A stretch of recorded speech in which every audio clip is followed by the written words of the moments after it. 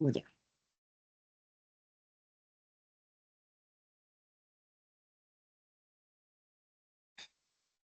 Ya, ahora sí. Ya estoy compartiendo mi pantalla. ¿Me confirman, chicos, si pueden ver mis diapositivas? Sí se puede ver. Ya. Bueno, conmigo esta semana vamos a ver enfermedad ulcerosa péptica y cáncer de esófago. Y si ahora les va a dictar los otros tres temas que faltan más tardecito.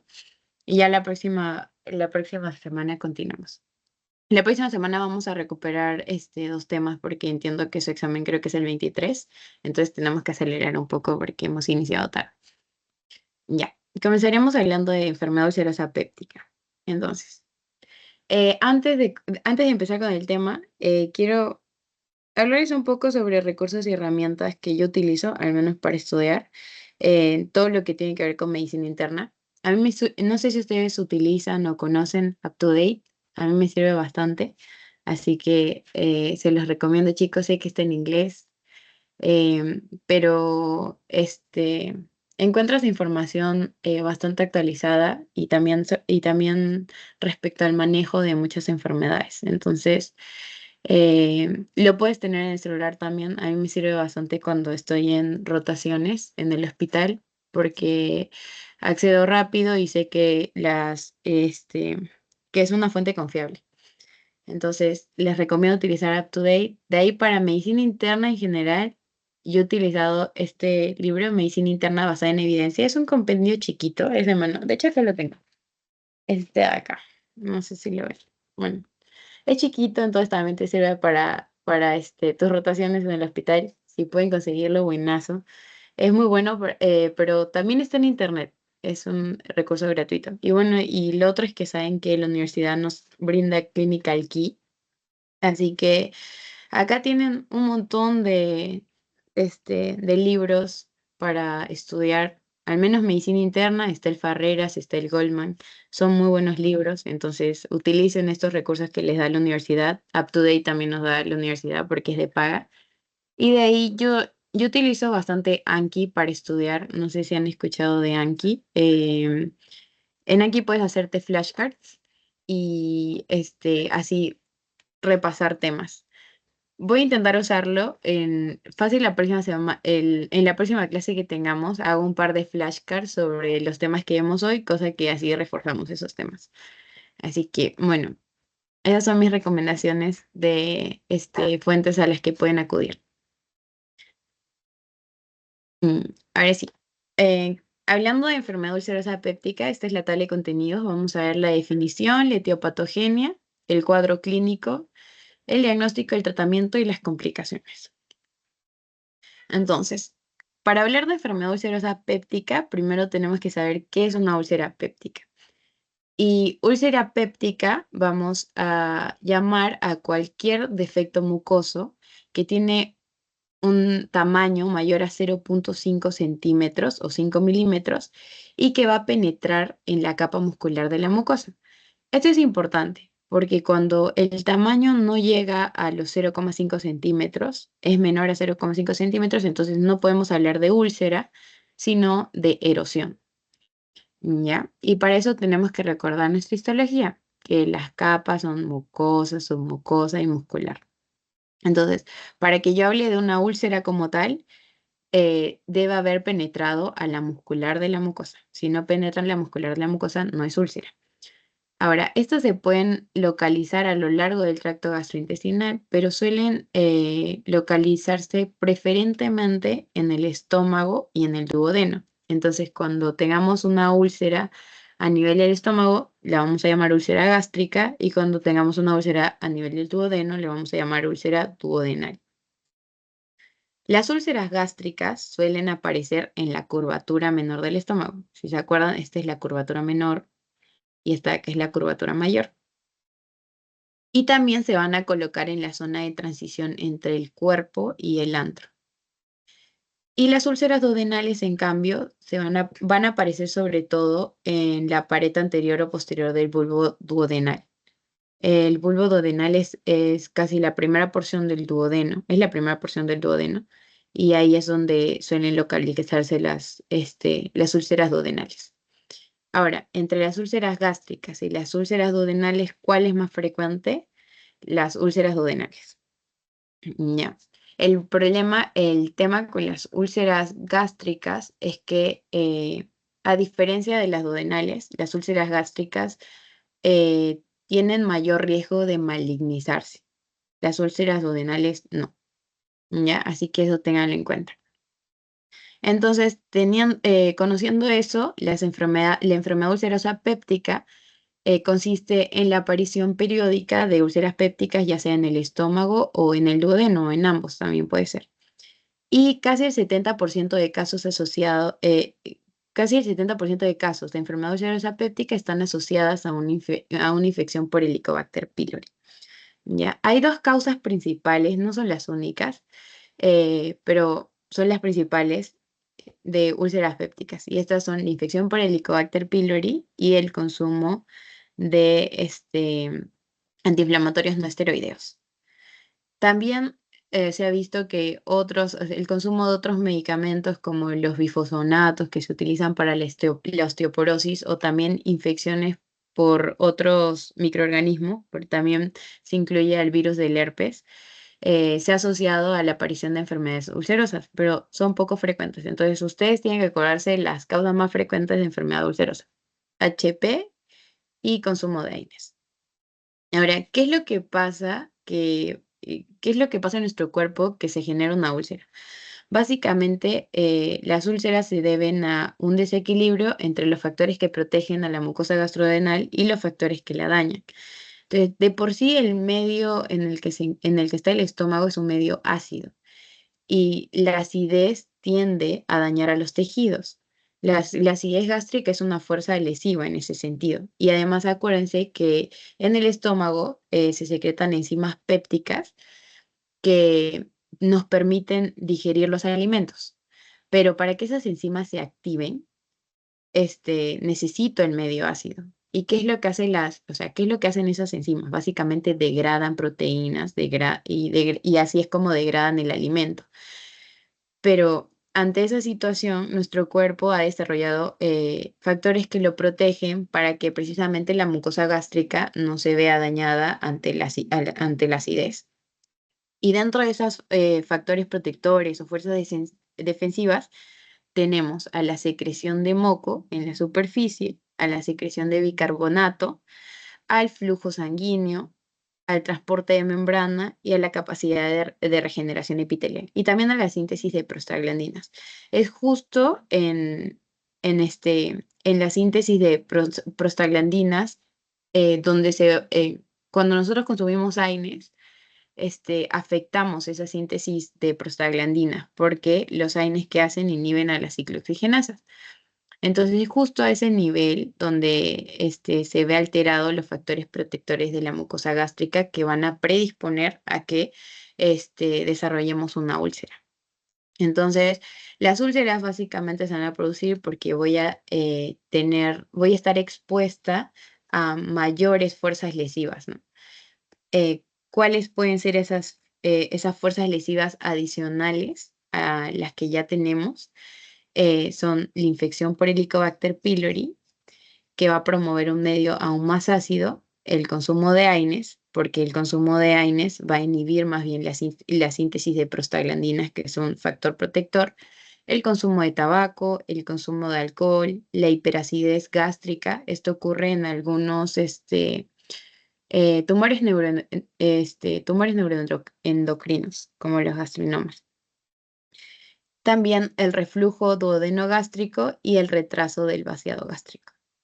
Entonces, lo que vamos a ver es que van a haber mayor cantidad de factores agresores y estos factores agresores van a sobrepasar a nuestra capacidad defensiva, y eso es lo que finalmente conduce a la formación de una úlcera. Ya. ¿Hasta ahí todo claro? ¿Alguna pregunta?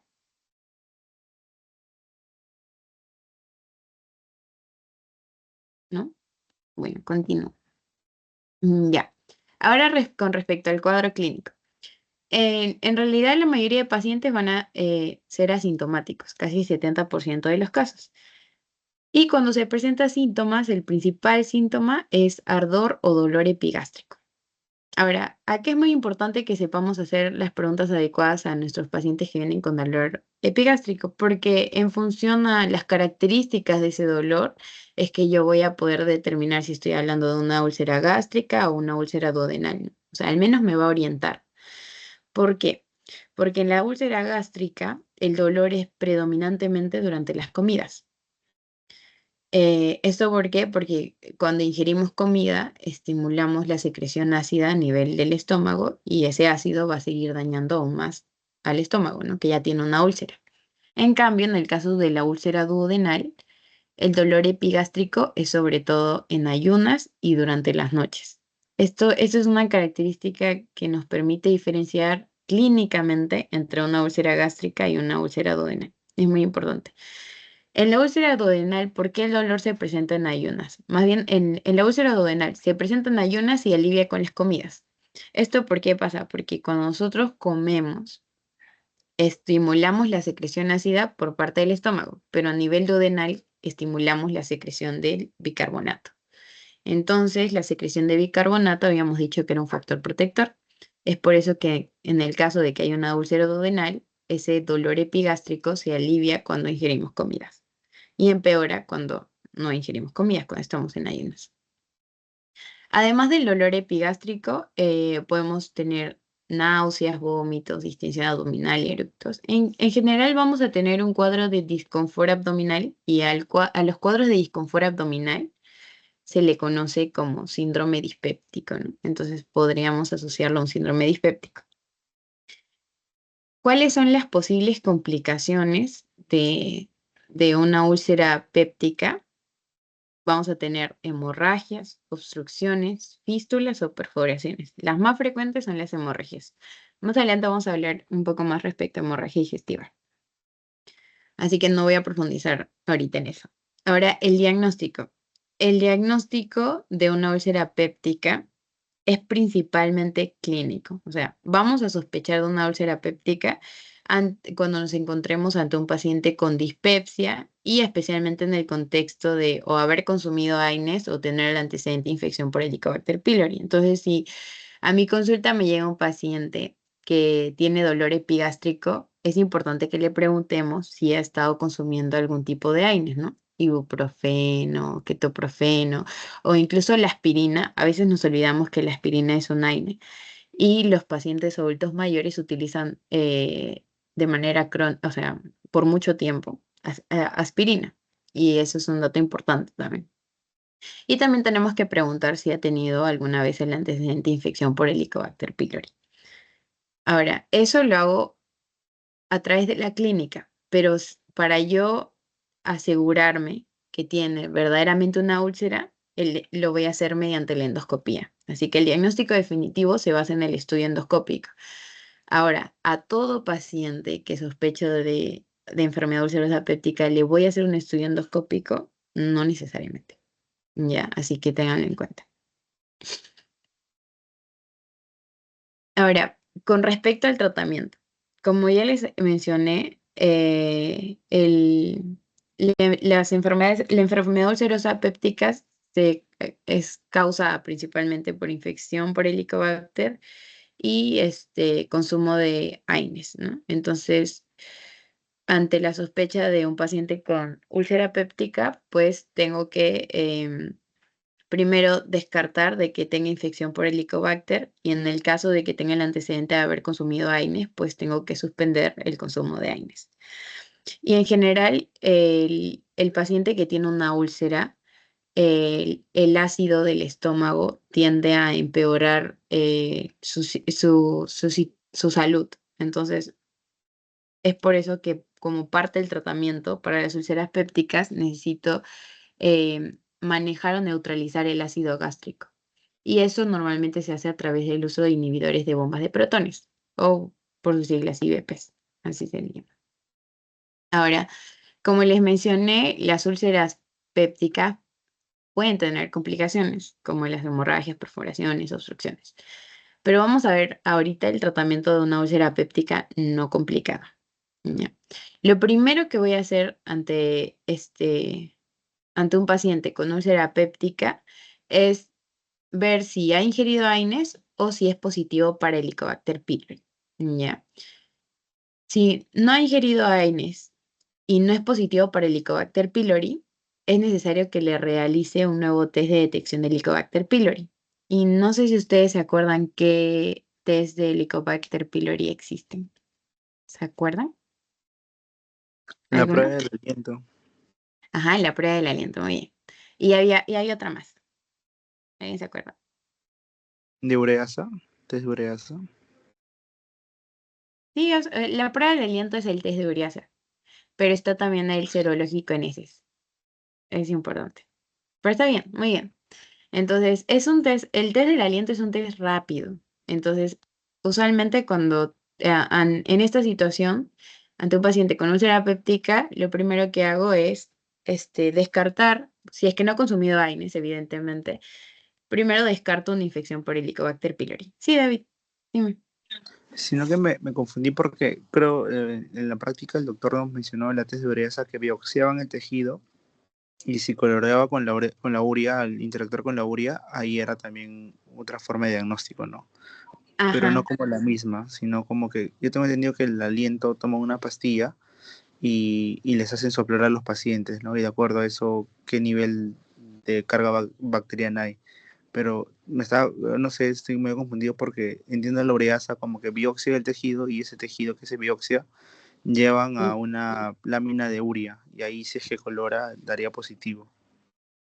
Mira, honestamente no sabía que eso se le hacía a la biopsia de tejido, pero en todo caso averiguo y la próxima clase te digo si es así. Debe ser, porque el test de aliento también a veces se le conoce como test de ureasa, pero eso es aparte, porque una forma de ver es biopsiando, ¿no? Ver directamente en el tejido que ha habido rastros de Helicobacter pylori. Pero este es un test indirecto, porque no es que estoy viendo a la bacteria, sino estoy viendo,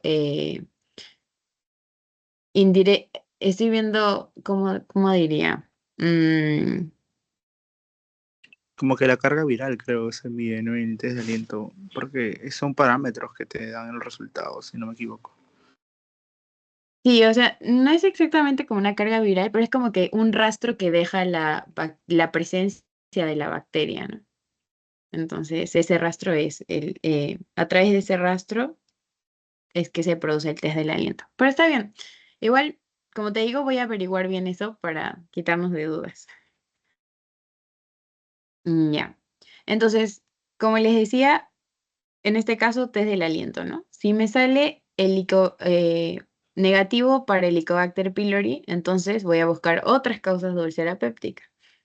Porque como les digo, Helicobacter y consumo de AINES son las más frecuentes, pero no son las únicas. Y si me da positivo para Helicobacter, pues lo que tengo que hacer es darle tratamiento antibiótico, que hay un tratamiento erradicador para Helicobacter pylori. Em, entonces, se supone que luego de darle el tratamiento erradicador, yo tengo que valorar si es que ya se resolvió la infección o todavía persiste. Si me da el Helicobacter, si luego de darle el tratamiento erradicador, que es antibiótico terapia básicamente, sale negativo, entonces ya lo resolví. Pero si el Helicobacter sale positivo luego de darle el tratamiento erradicador, tengo que darle un segundo tratamiento erradicador. De hecho, como parte del tratamiento erradicador de Helicobacter pylori, ustedes lo van a ver más adelante, o no sé si ya lo vieron, porque o sea, están más adelantados en las clases. Se incluye a los IVPs, ¿no? Es IVPs con antibióticos. Y esa es terapia triple, y también hay una terapia cuádruple que es IVP, bismutol y antibióticos. No voy a profundizar más ahí para no rayarlos porque igual lo vamos a ver después, pero eso para que lo tengan en cuenta. Ya, eso con respecto al Helicobacter pylori. Pero si el paciente tiene antecedentes del consumo de AINES, tengo que valorar si es que puedo retirarle el AINE o no puedo hacerlo. Si puedo retirarle el AINE, se lo retiro. Bueno, en nuestro medio también ocurre mucho de que personas toman AINES porque van a la farmacia por algún dolor y les dan su AINE, ¿no? Entonces, si ha sido así, pues puedo retirárselo. Pero a veces hay personas que necesitan consumir aires para manejo de dolor, o como les digo, en el caso de adultos mayores que consumen aspirina. Entonces, si no puedo retirarle el AINE, a su tratamiento con AINE le tengo que añadir un IVP. Esto para proteger a la mucosa gástrica. Ahora, hay algo importante con respecto a las úlceras duodenales y las úlceras gástricas. En el caso de una úlcera duodenal, yo voy a dar IVP por 4 semanas. Y en el caso de una úlcera gástrica, voy a dar IVP, pero por 8 semanas. Y como se los mencioné en un inicio, las úlceras gástricas tienen riesgo de malignizarse, ¿ya? Entonces, cuando tengo un paciente con una úlcera gástrica, sí o sí debo biopsiar. Y para biopsiar hago terapia endoscópica, ¿no? Les había mencionado que el diagnóstico definitivo de una úlcera péptica es la endoscopía, pero que no a todos los pacientes con sospecha de úlcera les hago endoscopía, pero si se trata de una úlcera gástrica, sí o sí debo hacerle endoscopía y luego de completar su tratamiento también tengo que hacerle otra endoscopía, porque en el caso de una úlcera en el estómago puede convertirse en una neoplasia, ¿ya? Así que eso es muy importante. ¿Hasta ahí todo claro o alguno de ustedes tiene una pregunta? ¿No? Ya. Ahora veremos las complicaciones. Hay 3 principales complicaciones. Hay otra más que es penetración, pero no es muy frecuente, así que no la coloqué, pero esas son las principales. Tenemos a la hemorragia, a la perforación y a la obstrucción. La hemorragia ocurre en el 15 a 20% de los pacientes y es la complicación más frecuente, ¿ya? Puede ser mortal y es responsable del 25% de las muertes de pacientes con enfermedad ulcerosa péptica. Y en algunos casos, lastimosamente, puede ser el primer signo de una úlcera. Un paciente que de pronto hace una hemorragia digestiva y ahí recién se entera de que tenía una úlcera. Y como es una hemorragia, pues los signos y síntomas que va a presentar el paciente son signos y síntomas de sangrado. ¿Se acuerdan cuál es el signo principal de una hemorragia digestiva alta?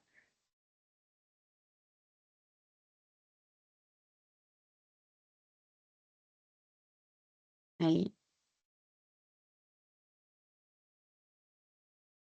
¿no, chicas? ¿Cómo viene un paciente que tiene una hemorragia digestiva alta?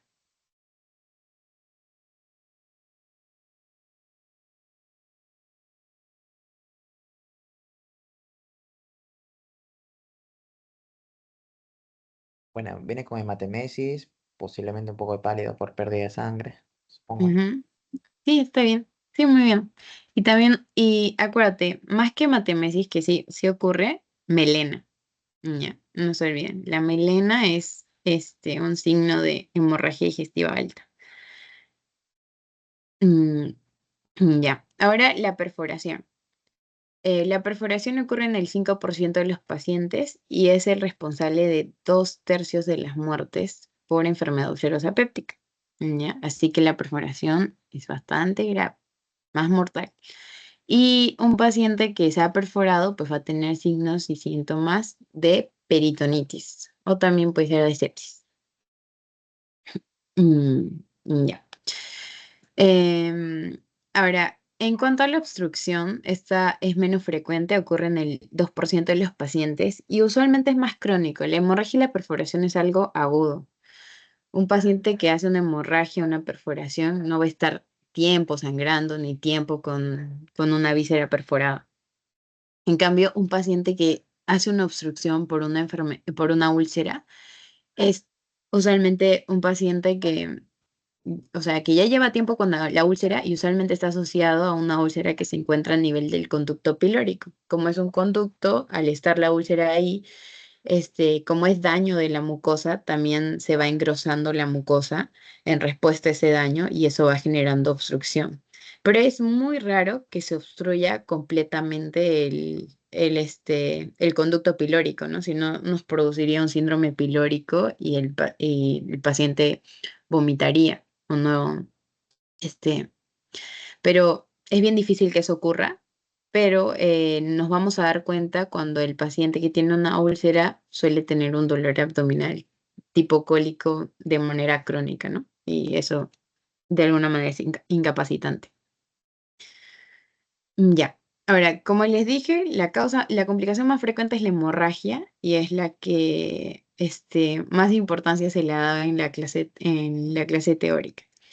Entonces, cuando hablamos de hemorragia como consecuencia de una enfermedad ulcerosa péptica, estamos hablando de una hemorragia digestiva alta.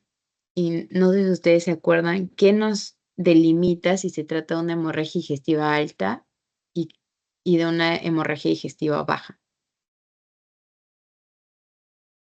¿Se acuerdan? El ángulo de Trace. Ujú. Sí, muy bien. El ángulo de Trace. Todo el sangrado que ocurra por encima del ángulo de Trace es hemorragia digestiva alta. Y por debajo, hemorragia digestiva baja. Entonces, como estamos hablando de úlceras pépticas gastroduodenales, la complicación es una hemorragia digestiva alta. Y acá les traje un cuadrito de las causas de hemorragia digestiva alta. Y como pueden ver, las úlceras pépticas son la principal causa de hemorragia digestiva alta, en un 40-50%, seguido de las varices esofagogástricas, que usualmente están asociadas a un síndrome de hipertensión portal. Hay otras causas como el síndrome de Mallory-Weiss. El síndrome de Mallory-Weiss es cuando por vómitos frecuentes se desgarra la mucosa gástrica y eso hace que se produzca una hemorragia. Otras causas también, pero menos frecuentes, son la esofagitis, los tumores, la angiodisplasia y la enfermedad de Dieulafoy, que esto es a nivel de una arteria. Es una variante anatómica de una arteria. Ahora, ¿cuál es el cuadro clínico de un paciente que me está haciendo una hemorragia digestiva alta? Va a tener dos cosas: signos y síntomas de sangrado y signos y síntomas de inestabilidad hemodinámica. De sangrado, lo que mencionamos hace un rato, melena, y también hematemesis. Podría tener hematoquesia, pero no es tan frecuente. Más frecuente es la melena. Y los signos y síntomas de inestabilidad hemodinámica quiere decir todos los signos sistémicos producto de la pérdida de líquido, de volumen. Y eso lo vamos a evaluar porque el paciente va a estar pálido, hipotenso, taquicárdico, diaforético, va a tener demasiada sudoración y puede estar con vértigo, un poco mareado, ¿no? Dependiendo también de la cantidad de pérdida sanguínea que ha habido. Ahora, cuando valoramos un paciente que tiene hemorragia digestiva alta, esto es una emergencia. Entonces, lo primero que tenemos que hacer es hacer una buena anamnesis y una exploración física. Y es muy importante acá que no se olviden que todo paciente que tiene hemorragia digestiva alta o que te dice que de pronto tuvo sus heces negras, porque así es como se presenta la melena, heces negras, de consistencia pastosa y malolientes, eh, muchas veces tú no lo ves ahí en emergencia. Entonces, para tú corroborarlo, sí o sí tienes que hacerle tacto rectal. Y eso no se olviden, chicos. El tacto rectal es muy importante en la hemorragia digestiva alta. Y también en la anamnesis tienes que averiguar, ¿no? Posibles causas de esa hemorragia. Si ha ingerido AINES, si anteriormente ha tenido dolor en epigastrio, si consume algún tipo de anticoagulante, antiagregantes como la aspirina, si tiene alguna enfermedad hepática crónica como la cirrosis, o si tal vez tiene otros datos o estigmas de hepatopatías. ¿Ya? Eso es muy importante que lo averigüen porque cuando manejamos a un paciente con hemorragia digestiva alta, el manejo para un paciente con hemorragia digestiva por hipertensión portal es muy distinto al que no es secundaria a una hipertensión portal. Ya. Ahora, lo primero que vamos a hacer es canalizar dos vías venosas y estabilizar al paciente, ¿ya? Porque como les dije, el paciente llega llega pálido, hipotenso, taquicárdico. Entonces hay que estabilizarlo porque en ese estado no se va a poder hacer nada. Ahora, está perdiendo sangre. ¿Lo transfundo o no? Ahí hay un tema. Solo vamos a transfundir al paciente si es que la hemoglobina cae por debajo de 7. Si no cae por debajo de 7, no se transfunde. Y si es un paciente que que tiene alguna patología cardíaca, lo transfundo si es que la hemoglobina cae por debajo de 10. Pero eso siempre y cuando tenga una patología cardíaca concomitante. Si no, no se le transfunde. Ahora, ahorita solo nos vamos a enfocar en el manejo de hemorragia digestiva alta, no secundaria hipertensión portal, porque como les mencioné, va a variar si es hemorragia digestiva de origen portal o no portal. Y la de origen portal ustedes la van a ver después. Entonces, para no marearnos, vamos a ver solo la hemorragia digestiva alta, no secundaria hipertensión portal. Acá lo que tenemos que hacer es dar IVPs en bolo y en infusión. Y tenemos que también estratificar el riesgo y valorar la necesidad de gastroscopía urgente. Acá ponen gastroscopía, pero sería equivalente a decir endoscopía de urgencia. Y para eso existe un score, que es el score de Glasgow-Blatchford, que es este de acá, score de Glasgow-Blatchford, que va a evaluar la necesidad de tratamiento endoscópico y también de ingreso hospitalario. Y va a tener este score 9 parámetros. Uno es eh, el boom. Otro parámetro es la hemoglobina. Y hay valores para la hemoglobina en mujeres y la hemoglobina en hombres. Otro parámetro es la presión arterial sistólica, la frecuencia cardíaca, la presencia o no de melena, si es que ha tenido un síncope, la presencia de enfermedad hepática y la presencia de falla cardíaca. Cada uno de estos parámetros va a tener un puntaje y en función a este puntaje yo voy a estratificar el riesgo del paciente y valorar si requiere tratamiento endoscópico y si necesito ingresarlo o si lo puedo manejar de manera ambulatoria.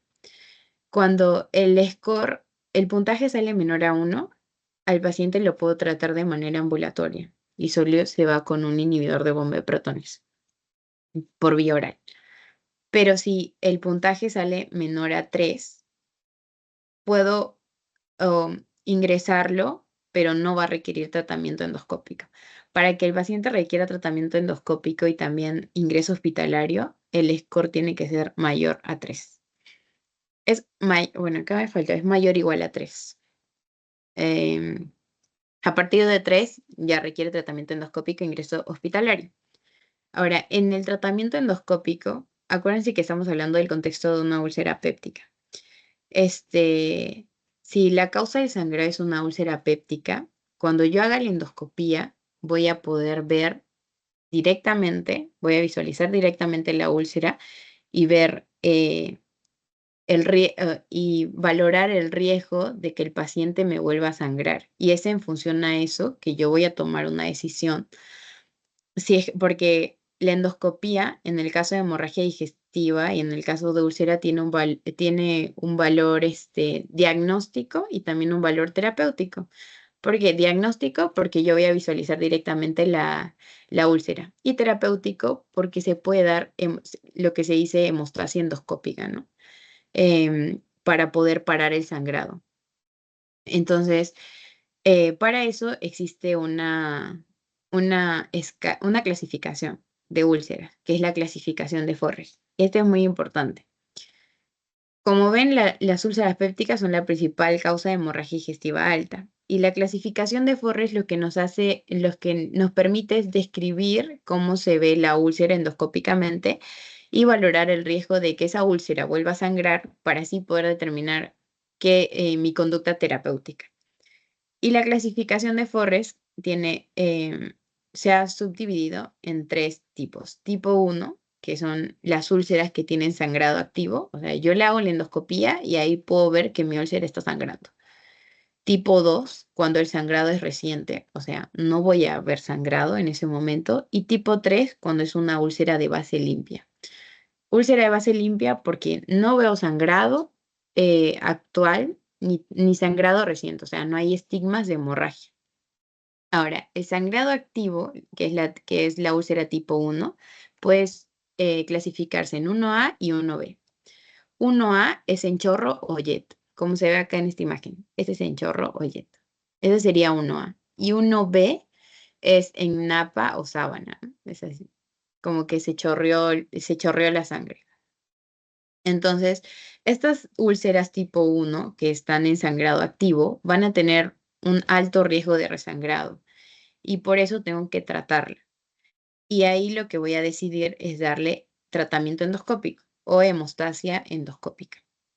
Paro el sangrado porque en lo que estás haciendo la endoscopía aprovechan ahí, le inyectan adrenalina para generar vasoconstricción y para el sangrado. Eso es lo que se hace en hemostasia endoscópica, control el sangrado durante el procedimiento endoscópico. Ahora, si tengo una úlcera con sangrado reciente, esta se subdivide en 3 tipos. Uno es con vaso visible, o sea, ahí veo el vasito. Entonces, como se ve el vaso está muy expuesto, también va a tener un alto riesgo de resangrado. Y hay la 2B, que es, no veo el vaso, pero se ve un coágulo adherido. Y la 2C es una lesión plana cubierta de hematina, o sea, como si ya estuviese cicatrizando, pero aún no termina de hacerlo. La 2A y 2B, la del vaso visible y la del coágulo adherido, también van a tener un alto riesgo de resangrado, sobre todo la de vaso visible más que la del coágulo adherido. La de vaso visible, por eso, también va a requerir hemostasia endoscópica. Le doy tratamiento endoscópico. Y la de coágulo adherido es a criterio médico, porque el médico en ese momento tiene que decir si lo trato endoscópicamente o no lo trato y le doy supresión ácida con IVPs, viendo venosa. Le doy omeprazol viendo venosa. Tengo esas 2 alternativas en el 2B. Y en el 2C ya tiene un bajo riesgo de resangrado porque ya hay hematina, así que ya está cicatrizando el tejido y por ende no va a recibir terapia endoscópica, pero sí le voy a dar supresión ácida con IVPs vía oral, al igual que la úlcera de base limpia. Esta clasificación sí es importante, chicos, siempre la pregunta, así que este, repásenla. Sobre todo los estadios, que el estadio 1 es sangrado activo, que el estadio 2 es sangrado reciente. Y bueno, como les digo, la importancia de conocer esta clasificación radica en que en que en función a la clasificación yo voy a poder determinar qué es lo que hago con mi paciente. Solo le doy IVPs o lo trato endoscópicamente.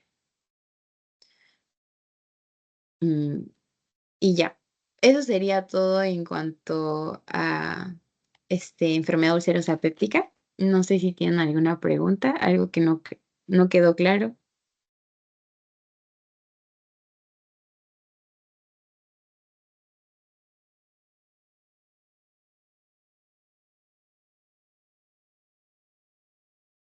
¿Todo claro, chicos?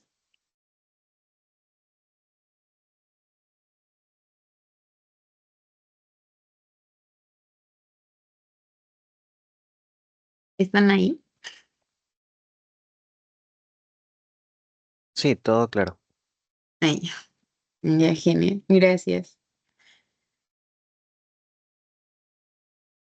Ya,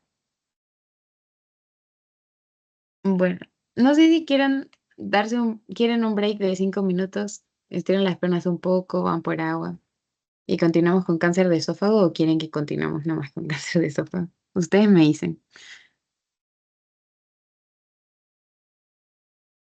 Ya, si no, un par de minutitos como para ir a tomar agüita.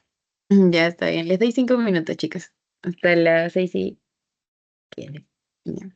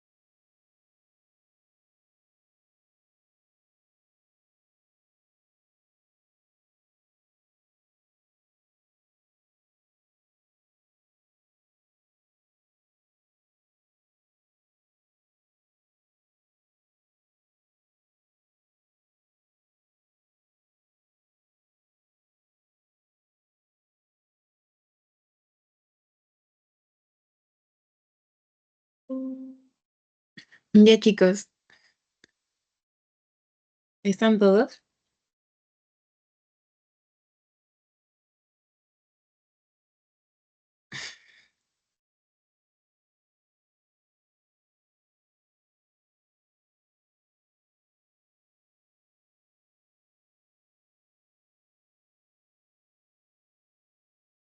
Chicos,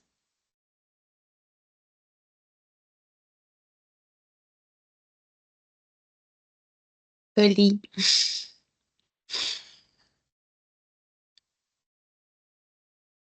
Sí, presente. Ya, genial. Gracias por responder. ¿Los demás ya están para continuar?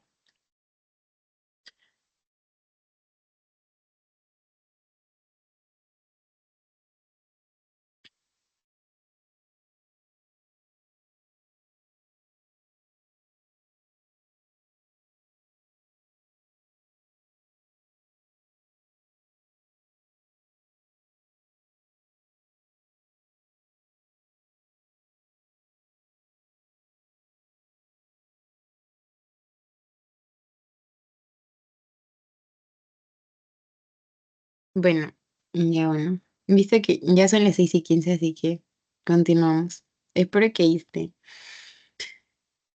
Ya. Ya sí se ve mi pantalla, ¿no? Me confirman, por favor. Sí se ve, hola. Sí se ve. Ya. Hola. Ya, gracias. Y ahora continuamos con cáncer de esófago. Eso es lo que vamos a ver. Consideraciones generales, tipos histológicos, cuadro clínico, diagnóstico, estadiaje y tratamiento. Ya. Comenzaremos con em, algunas consideraciones anatómicas que tenemos que tener en cuenta con respecto al esófago. El esófago es ¿cómo diríamos? Un tubo que conecta este, ay, ay, se me fue el tubo frío. Ya. El esófago es un tubo que conecta la boca con el estómago, ¿verdad? Va a medir aproximadamente, es un tubo muscular y va a medir aproximadamente 25 centímetros. Eh, Como referencias anatómicas, tenemos que va a ir desde C6 hasta T11. Algunas literaturas dicen hasta T10, pero es más o menos entre T10 y T11 y va a tener tres porciones. Una porción cervical, una porción torácica y una porción abdominal.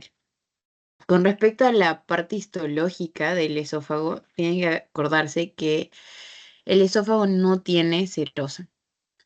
Este, Eso le diferencia de otras partes del tracto gastrointestinal. Y es algo muy importante también porque es una de las razones por las cuales es muy fácil que un cáncer a este nivel se disemine rápidamente. Ahora, el esófago, como pueden ver en la imagen, se encuentra rodeado de distintas estructuras, ¿no? Por delante tienes a la tráquea, también pasan vasos grandes como la aorta, y bueno, por detrás del esófago se encuentra la columna, ¿no? Está en relación con la columna.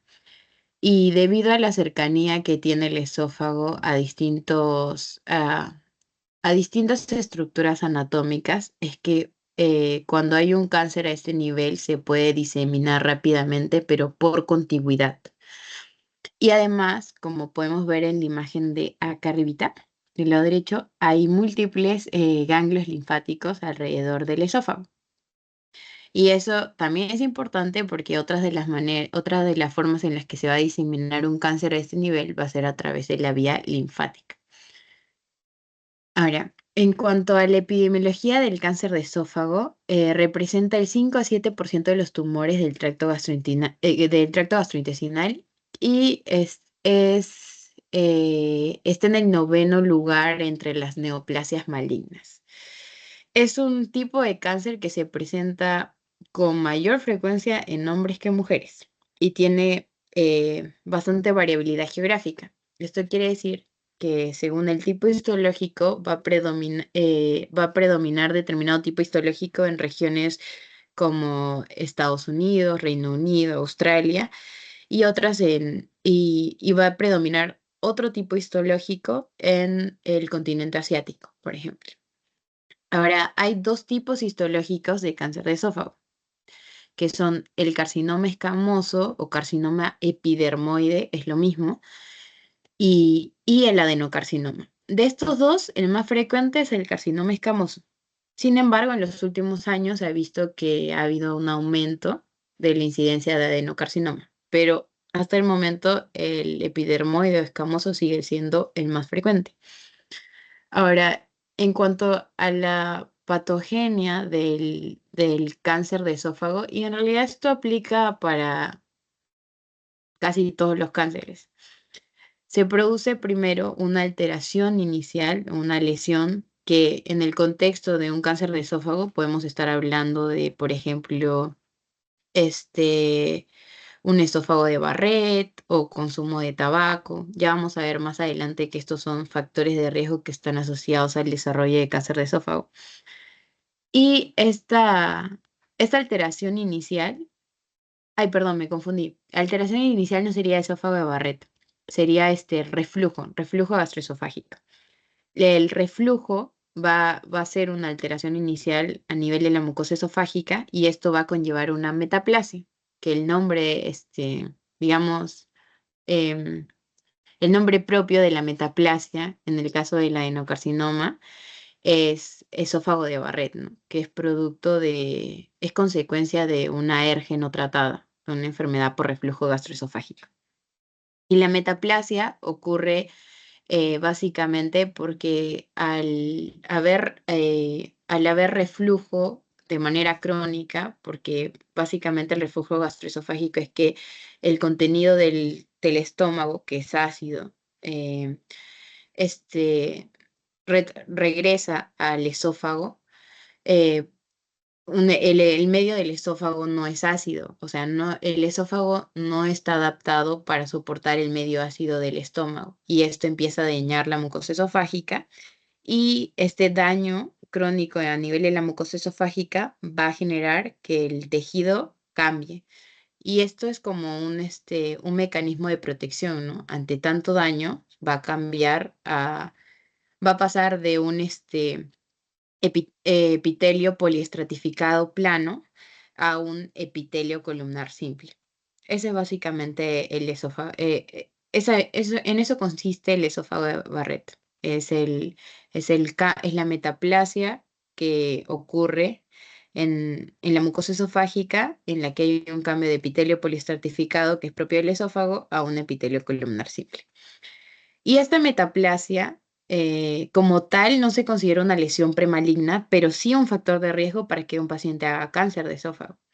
La lesión premaligna como tal ya se llama displasia. Cuando hay displasia, ya sí yo puedo asociarlo a cáncer. Eso sí se considera una lesión premaligna. Y luego de la displasia, que hay de bajo grado y alto grado según las características celulares, se puede desarrollar un cáncer in situ, ¿no? In situ porque no va a invadir todavía mucosa ni submucosa. Y cuando ya este cáncer empieza a invadir tejidos, ya se va a conocer como cáncer invasivo. Y como les mencioné, el esófago, al ser una estructura que se encuentra rodeada de otras estructuras anatómicas muy importantes, es muy fácil que se disemine por contigüidad, por cercanía. Y la diseminación por contigüidad va a ser la principal forma de diseminación del esófago. Pero así como hay por contigüidad, también se puede diseminar por vía linfática. Esto porque, como ven en esta imagen, el esófago está rodeado de múltiples ganglios linfáticos. Y en último lugar, o menos frecuente, pero sí ocurre también, va a ser la diseminación hematógena. Ya. Ahora, el cáncer de esófago se divide en dos grandes grupos según su tipo histológico. Y esto es siempre pregunta de examen, así que presten bastante atención. Los dos principales tipos histológicos de cáncer de esófago son el adenocarcinoma y el carcinoma epidermoide. Como les mencioné, el epidermoide es el más frecuente. El adenocarcinoma va a estar asociado a dos principales factores de riesgo. Uno es el esófago de Barrett, que es esta metaplasia a nivel esofágico, y la enfermedad por reflujo gastroesofágico. Pero también está asociado a obesidad, tabaquismo y a la exposición a radiación. En su contraparte, el carcinoma epidermoide, que es el más frecuente, está asociado a factores de riesgo como el consumo de alcohol y tabaco, una dieta pobre en vegetales, pobreza, a lesiones esofágicas cáusticas, a la calasia, al síndrome de Plummer-Vinson y al el haber tenido antecedentes de cáncer de cabeza y cuello. Ya. Eh, el adenocarcinoma, por otro lado, se presenta con mayor frecuencia en personas de raza blanca.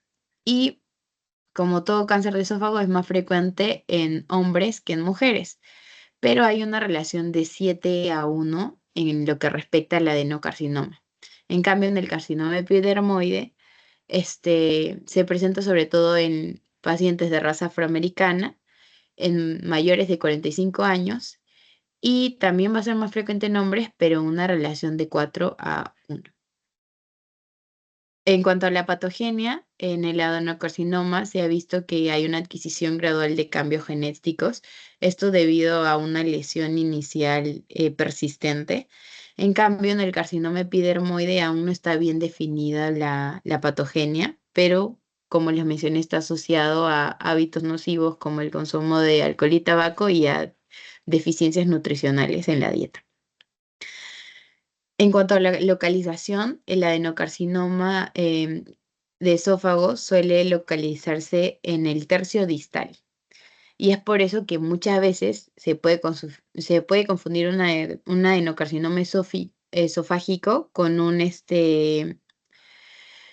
cáncer gástrico que está invadiendo la unión gastroesofágica. Porque el límite entre la unión gastroesofágica y un potencial adenocarcinoma de esófago que se puede localizar en el tercio distal, es muy pequeño, es muy estrecho.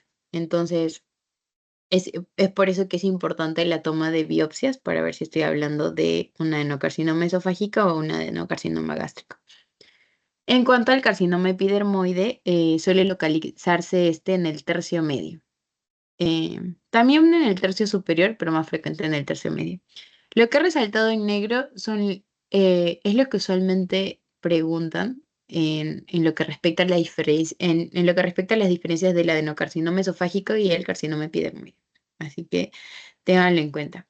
En cuanto al cuadro clínico, suele ser muy parecido. El adenocarcinoma suele ser de hallazgo incidental, se puede presentar disfagia, adelgazamiento. Todo cáncer siempre, en todo paciente que sospecho que tiene cáncer, siempre se pregunta, ¿no ha bajado de peso en los últimos meses?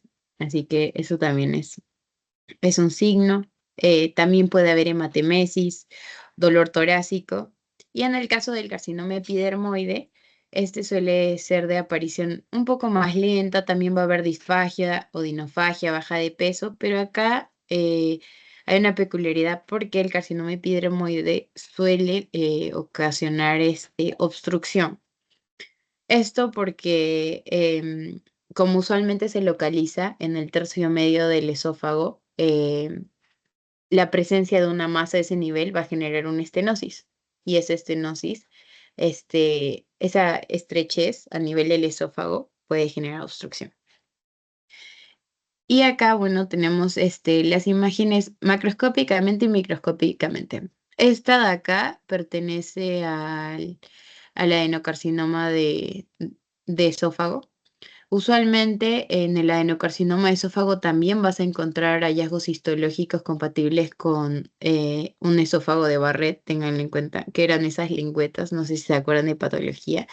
Y microscópicamente lo que encontramos es, como su nombre le dice, es un adenocarcinoma, entonces hay una tendencia a formar glándulas. y también a producir mucina, ¿no?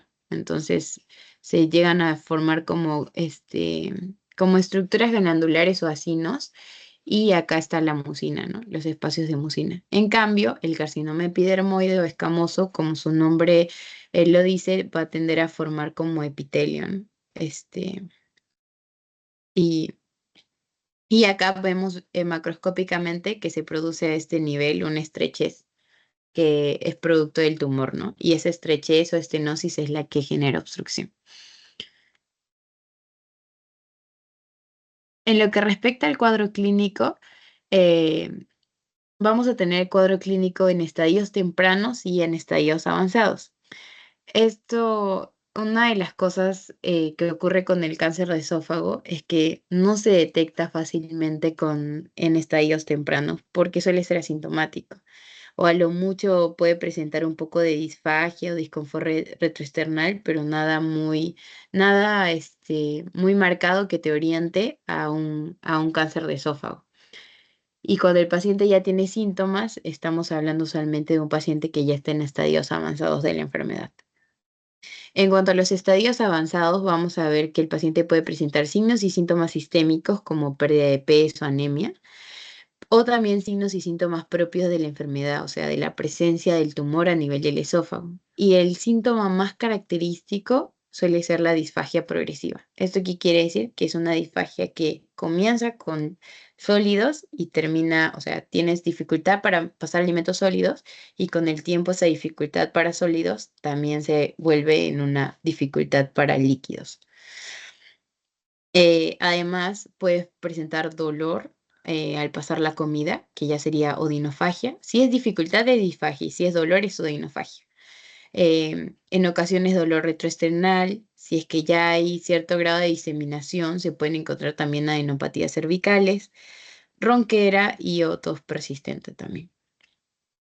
Em, En cuanto a las imágenes que puedo solicitar ante la sospecha de un paciente con un posible cáncer de esófago, tenemos 4 principales exámenes auxiliares o exámenes imagenológicos.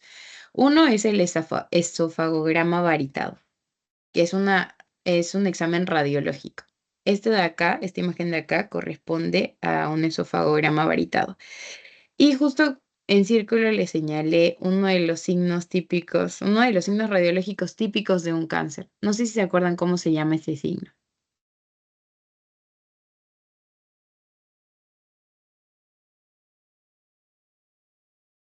¿Se acuerdan? ¿Alguien?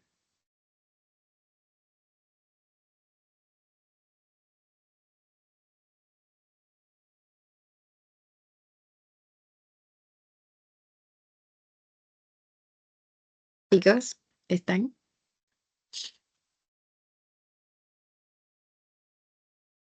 Por imágenes, ¿verdad? Cuando se le Ujú. saca un... ¿Te acuerdas cómo se Pues, llama este signo? no, no lo veo. Este de acá, por imágenes. Ya bueno, si no se acuerdan no pasa nada. Se llama signo de la manzana mordida, que usualmente es el que se ve en radiología para la mayoría de cánceres de tracto digestivo. Eh, Sí, un poco difícil de ver, pero sí es como cuando dejas la parte central de la manzana nomás, igualito. Sí. En el esofagograma varitado, en el caso de que tengas un cáncer de esófago, podrías encontrar este signo, ¿no? Que es el signo de la manzana mordida.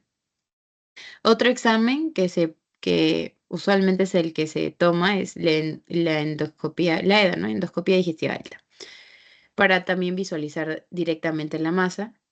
Luego tenemos una tomografía multicorte. La tomografía sirve sobre todo para el estadiaje y también la ecoendoscopía, o también se le conoce como ultrasonografía endoscópica, que se va a ver así.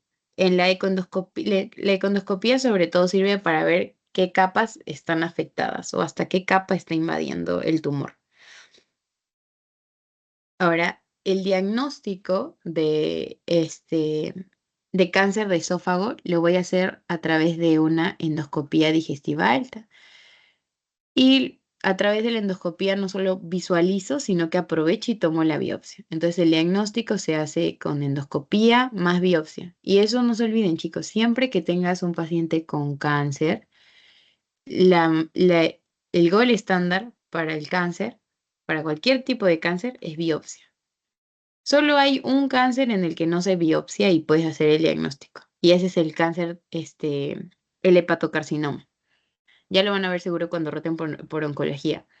Pero de ahí, el resto de cáncer, para tú hacer el diagnóstico necesitas sí o sí una biopsia. Y luego de que hago mi biopsia, obtengo el resultado y me dice ya, efectivamente, tienes cáncer, lo siguiente que tenemos que hacer es estadiar. Y para eso hay estudios para el estadiaje, ¿no? Y el principal estudio de estadiaje es la tomografía con contraste de cuello, tórax y abdomen. ¿Para qué me va a servir la tomografía? ¿Alguien sabe? ¿Por qué a un paciente, si ya tengo el diagnóstico de cáncer, por qué le pido una tomografía? Por haberse hecho metástasis. Ajá, muy bien. Para ver si he hecho metástasis. Y en función a eso, yo voy a poder hacer mi estadiaje y determinar mi conducta terapéutica. La tomografía no es el único examen con el que hago estadiaje, existen otros. También está el PET-CT, que es la tomografía por emisión de positrones. Lo que hace el PET-CT es básicamente a través de un reactivo va a haber ay, cómo se dice? La, la tasa, ay, se me fue el nombre. Ve la tasa metabólica de los tejidos y se supone que un tejido neoplásico o que está en proliferación va a tener mayor metabolismo, entonces va a captar mayor ese reactivo. Eso es lo que hace el PET-CT. Y la broncoscopía, ¿por qué se pide? Porque como les había dicho, miren acá, el esófago está muy cercano a la tráquea. Y cuando hay un cáncer a este nivel, puede invadir vía aérea. Y para yo poder definir si es que efectivamente ha invadido vía aérea o no, le puedo solicitar una broncoscopía. También me sirve para el estadiaje. No siempre, no a todo paciente que tenga cáncer de esófago le voy a hacer broncoscopía, porque también tengo que valorar la clínica del paciente, pero se podría hacer. Y es más, acá hay una tomografía que esta parte de acá señala acá donde estoy colocando mi puntero, este, es la pared del esófago que está engrosada. Pero además, yo les había dicho, anterior al esófago se encuentra la tráquea y posterior a él la columna vertebral. Ahora, este orificio de acá que tiene una letra T es la tráquea. Y si se dan cuenta, acá hay como si hubiese un conducto entre el esófago y la tráquea. Entonces, acá estamos hablando de un cáncer de esófago que ha fistulado hacia la tráquea y que por ende puede invadir vía aérea. Así que ahí podríamos considerar también el hacer una broncoscopia. Ahora, luego de que ya hice mi diagnóstico, lo que sigue es estadiaje y tratamiento. Y para mi estadiaje yo voy a utilizar el TNM. ¿Alguien se acuerda qué era el TNM?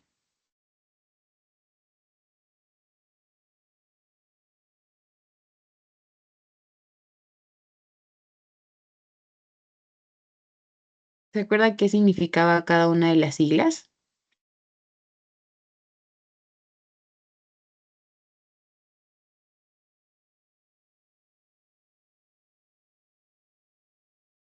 Chicos,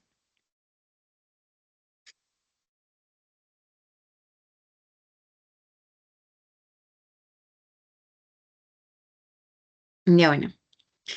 El TNM quiere decir tumor, N de ganglios linfáticos y M de metástasis. El T me va a indicar qué tanto está invadiendo el tumor. El N me va a indicar la presencia o no de adenopatías. Y el M me va a indicar la metástasis como tal. Entonces, en el caso de cáncer de esófago, el T puede ser desde T1 hasta T4, en función a la capa que invade. El T1 se va a subdividir en T1A y T1B. El T1A es intramucoso y el T1B afecta la mucosa, pero también la submucosa. ¿Ya? Eso no se olvide. El T2 afecta la muscular de la mucosa y el T3 afecta la adventicia y el T4, perdón, el T2 afecta la muscular propia, no la muscular de la mucosa. El T3 afecta la adventicia y el T4 afecta ya otros tejidos adyacentes, ¿no? Porque acá en T4 vemos que ya está invadiendo la aorta también. Ahora, en función a este TNM, a qué tanto está invadiendo el tumor, a la presencia o no de ganglios linfáticos y a la presencia de metástasis, yo voy a establecer un estadio, que puede ser estadio 0, estadio 1, estadio 2A, estadio 2B, estadio 3. Y dependiendo del estadio, yo voy a dar un tratamiento. Ahora, cuando hablemos de tratamiento, podemos hablar de tratamiento endoscópico, quirúrgico y tratamiento paliativo. El tratamiento endoscópico es básicamente que yo entro, le hago una endoscopía y hago una resección. Algunos le llaman mucosectomía porque hago la resección del tumor, ¿no? Por vía endoscópica, no es tan invasivo. Eh, los cánceres que van a ser tributarios o los pacientes que son tributarios a un tratamiento endoscópico o a una resección endoscópica solo van a ser aquellos que afectan la mucosa, que son intramucosos. O sea, puede ser un carcinoma in situ como tal o un cáncer en T1. Y en T1 quiere decir que solo afecta a la mucosa y no la submucosa. Cuando afecta ya la submucosa es T1B. O sea, T1A, un tumor T1A y un tumor in situ o carcinoma in situ va a ser tributario a resección endoscópica. Cuando ya sobrepasa la mucosa, entonces el tratamiento es quirúrgico. Y cuando hablo de tratamiento quirúrgico, puede ser, estoy hablando de una esofaguectomía. No solo se hace una esofaguectomía, sino que también se hace una eh, linfadenectomía, así se llama. O sea, retiro la zona del tumor y también retiro los ganglios, la cadena ganglionar que esté cerca, la cadena ganglionar en la que posiblemente se haya diseminado, para así evitar de que, que haya una recidiva. La reconstitución del tránsito es siempre y cuando el tumor esté obstruyendo, pero no es tratamiento, o sea, no es un tratamiento definitivo de un cáncer. Y el tratamiento paliativo es para aquellos pacientes que ya, por ejemplo, tienen metástasis en el que ya no hay forma de que yo cure su cáncer y simplemente voy a tratar de darle terapia para mejorar su calidad de vida, sobre todo. Y acá se pueden valorar, por ejemplo, la colocación de stents en el caso de que esté obstruyendo demasiado esa masa y no le permita ingerir comidas, o la colocación de una sonda nasoyeyunal, o hacerle dilatación esofágica. Eso ya es tratamiento paliativo. Ahora, ¿de qué depende el que yo haga tratamiento endoscópico, quirúrgico, paliativo? Del estadiaje, ¿no? Y acá tenemos justo como parte del manejo que aquellos tumores que solo invaden mucosa, como el carcinoma in situ y el T1A, van a ser tributarios a resección endoscópica, o sea, tratamiento endoscópico. Si es un tumor localizado, pero que ya invade su mucosa, entonces yo le puedo ofrecer al paciente una esofaguectomía y también puedo considerar o no, ya eso depende del oncólogo, porque el tratamiento del cáncer depende del oncólogo, ¿no? Y si va o no a cirugía también es criterio del propio cirujano. Entonces, cuando el tumor es localizado, ya avanzó a submucosa, yo puedo darles esofaguectomía y ver si le doy quimioterapia o radioterapia como neoadyuvante. ¿Esto qué quiere decir? Neoadyuvante quiere decir que le voy a dar quimio y radio antes de la cirugía. Esto con la finalidad de que si el tumor es así, le doy quimio-radio, se achica un poquito y luego lo puedo extirpar. Esa es la idea. Y en los tumores más avanzados, le puedo ofrecer quimioterapia o radioterapia, pero ya no, ya no sería un tratamiento curativo, sino más paliativo. Ahora, acá tenemos este flujo que básicamente habla de lo que ya les mencioné, ¿no? Tengo un paciente con diagnóstico de cáncer de esófago, entonces tengo que hacerle el estadiaje. Usualmente lo hago con una tomografía. Pero ya hemos visto que se puede utilizar también el PET-CT o considerar otros exámenes auxiliares. Si es un cáncer en estadios iniciales o enfermedad precoz, entonces considero la resección endoscópica. Si es un cáncer que ya está localmente avanzado, ya pasó la mucosa y ya está invadiendo su mucosa, tengo que determinar también si es que su estirpe histológica, si es epidermoide o si es un adenocarcinoma. Esto porque la terapia oncológica es dirigida. Entonces, el que yo elija una terapia oncológica va a depender del estirpe histológico que tengo. Igual, eso ya es manejo muy especializado, el conocer los esquemas oncológicos. Los esquemas terapéuticos oncológicos son bien complejos, pero ya eso es algo más especializado. No se lo tienen que aprender, chicos. Pero sí es importante que sepan que cuando tengo un cáncer de esófago en estadios iniciales, puedo hacer la resección quirúrgica. Y que cuando ya está localmente avanzado, puedo considerar hacer una esofaguectomía y también darle tratamiento adyuvante o no adyuvante, que sería quimioterapia y radioterapia. Y en el peor de los casos, en los que ya ni siquiera puedo intervenir quirúrgicamente, pues darle tratamiento paliativo para mejorar su calidad de vida, ¿no? Que sería básicamente colocarles stents o ponerle una sonda nasoyeyunal, sí, en función a la clínica que esté presentando el paciente.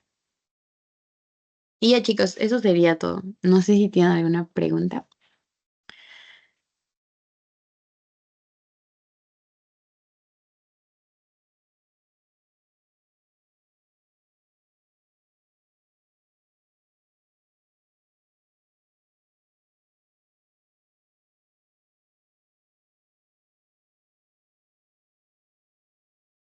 Chicas, ¿están? Sí.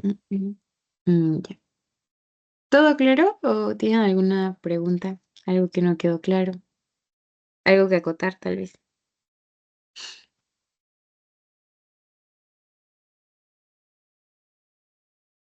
Mm, lo único, si nos podrías enviar el PPT para Sí, claro. leerlo.